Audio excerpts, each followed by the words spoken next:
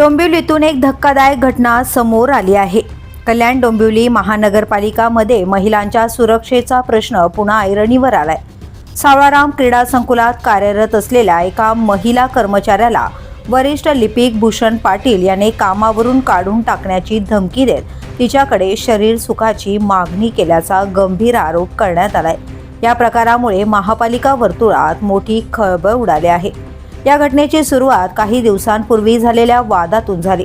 कामाच्या कारणावरून भूषण पाटील यांनी संबंधित महिलेला इतर कर्मचाऱ्यांसमोर अपमानित केले, शिवीगाळ केली। त्यावेळी सहकाऱ्यांनी मध्यस्थी करत वाद शांत केला। मात्र हा वाद इथेच थांबला नाही।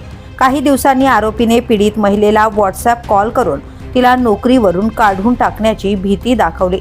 दुसऱ्या कर्मचाऱ्याने माझ्याशी सेटलमेंट केली असे सांगत त्याने महिलेला दबावाखाली आणण्याचा प्रयत्न केला आणि त्यानंतर थेट शरीर सुखाची मागणी करत अत्यंत धक्कादायक प्रस्ताव ठेवला। पीडित महिलेने तातडीने वरिष्ठांकडे तक्रार केली।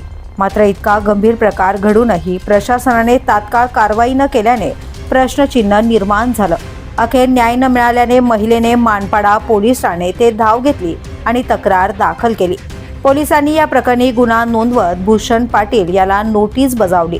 विशेष म्हणजे हा अधिकारी यापूर्वीही वादात राहिला असून लाचलुचपत प्रकरणात त्याला अटकही झाली होती आणि तो जवळपास 2 वर्ष निलंबित होता।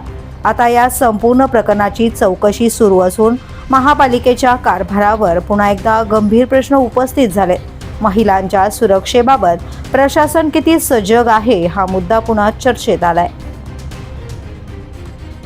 द पोलीस न्यूजसाठी श्रीधर चव्हाण, डोंबिवली।